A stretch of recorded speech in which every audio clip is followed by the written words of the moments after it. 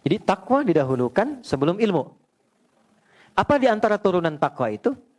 Ternyata turunan takwa itu di antaranya adab. Takwa disebutkan dan derivasinya di Quran sebanyak 240 kali. Pemiliknya disebut taqi, jamaahnya disebut muttaqin. Siapa di antara ciri muttaqin itu? Dua. Satu, yang punya adab terhadap Allah. Bismillahirrahmanirrahim. Pertanyaan saya, kenapa belajar adab itu jauh lebih lama dibandingkan dengan belajar ilmu? Ya. Kemudian, adakah kitab khusus yang membahas kaitannya dengan adab? Misal kita belajar wudu, kemudian ada kitab yang membahas tentang adab dalam berwudu. Atau kita belajar tentang fikih sholat, kemudian ada kitab yang membahas adab dalam sholat. Itu saja pertanyaan Ustaz. Baik.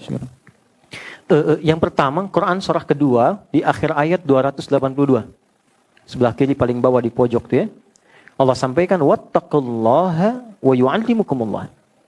Tingkatkan takwamu kepada Allah, maka dengan peningkatan takwa itu Allah akan mempercepat penambahan pengetahuan dan pemahaman kepadamu.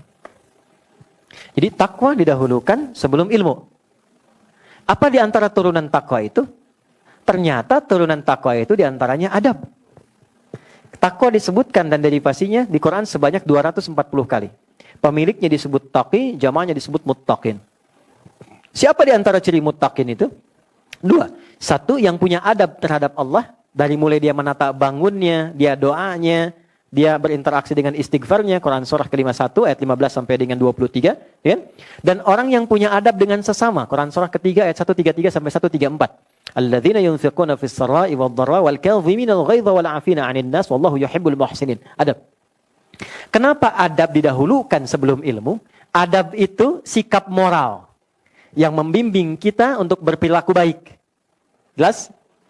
Kalau orang berilmu, adabnya belum baik, moralnya belum baik, maka dia akan membuat perilaku yang buruk, yang damage-nya lebih besar dibandingkan dengan orang yang belum punya ilmu. Orang korupsi kalau pintar, ngambilnya banyak. Dibandingkan dengan orang yang mencuri tapi nggak pintar. Ya kan? Kijang-kijang nanti durian disimpan di sini ya, tuh. Ya, banyak motifnya.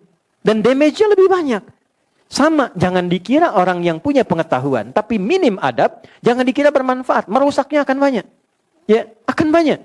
Siapa yang banyak memberikan fatwa yang keluar buruk, dan itu mencelakakan. Betapa banyak orang belajar, tapi kemudian setelah belajar berselisih. Ada yang mencela si fulan, ada yang mencela si fulan. Ada yang suami baru ngaji pulang mencela istri. Istri baru ngaji, bid'ahkan suami. Dan yang paling menarik adalah, ketika kita belajar kan untuk menyatukan. Yang kurang kita tutupi, yang lebih kita turunkan untuk disamakan. Tapi bisa terjadi demikian. Apa yang salah? Adab.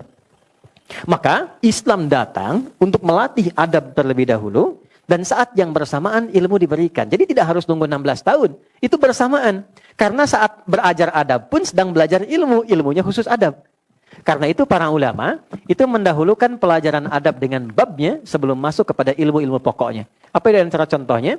Imam An-Nawawi itu menulis kitab Riyadhus Shalihin 1896 hadis. Sebelumnya Al-Arba'in 42 hadis. Lalu Syarah Sahih Muslim 9 jilid Sahih Muslim. Tapi kitab yang pertama ditulis apa? At-Tibyam fi Adab Hamalatil Quran. Bagaimana ahli Al-Quran itu punya adab dalam mengajar dan dalam belajar. Anda lihat di antara bab pertamanya. Wala yata'allamu illa mimman kamulat ahliyatuhu. Tidaklah seorang murid belajar kecuali kepada guru satu yang pakar di bidangnya. Jangan sampai ini mengundang belajar hadis tapi pada orang yang tidak tahu hadis. Kalau gurunya pakam fikih, fikih saja. Gurunya tafsir, tafsir saja. Jangan diminta guru tafsir ngajar fikih. Salah. Yang kedua apa? Wa kamulat akhlaquhu. Akhlaknya baik. Jangan sampai memang pintar. Tapi maaf, membencinya banyak. Kasar kata-katanya. Sehingga muridnya keluar pintar nas, tapi pintar juga kekasarannya. Pintar juga mencela orangnya. Itu kata Imam Nawawi nggak berkah ilmunya. Maka adab penting. Datanglah dari guru lokal namanya Syekh Muhammad Hashim bin Ash'ari. Menulis 19 kitab. Di antara 19 itu kitab pertamanya Adabul Alim wal Muta'allim. Maka diajarkan di situ dasar-dasar adab. Kemudian masuklah kepada apa yang Anda tadi sampaikan. Saya ada koleksi lebih hampir 40 di kitab tentang sholat.